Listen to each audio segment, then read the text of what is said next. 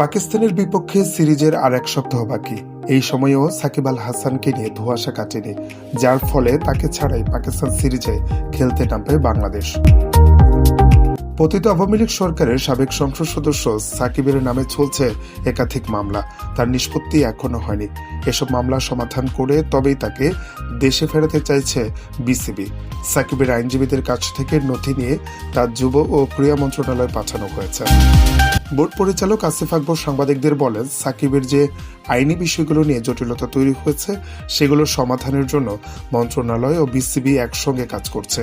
তবে সেসব মামলার নিষ্পত্তি পাকিস্তান সিরিজের আগে শেষ হচ্ছে না, যার ফলে এই সিরিজ দিয়ে তার ফেরা হচ্ছে না। এদিকে সাকিবের ফিটনেস নিয়েও প্রশ্ন আছে। সঙ্গে তার অনুশীলন থেকে দূরে থাকা তো একটা ইস্যু হয়ে দাঁড়িয়েছে, যার ফলে তাকে বিবেচনায় রাখছেন না নির্বাচকরা।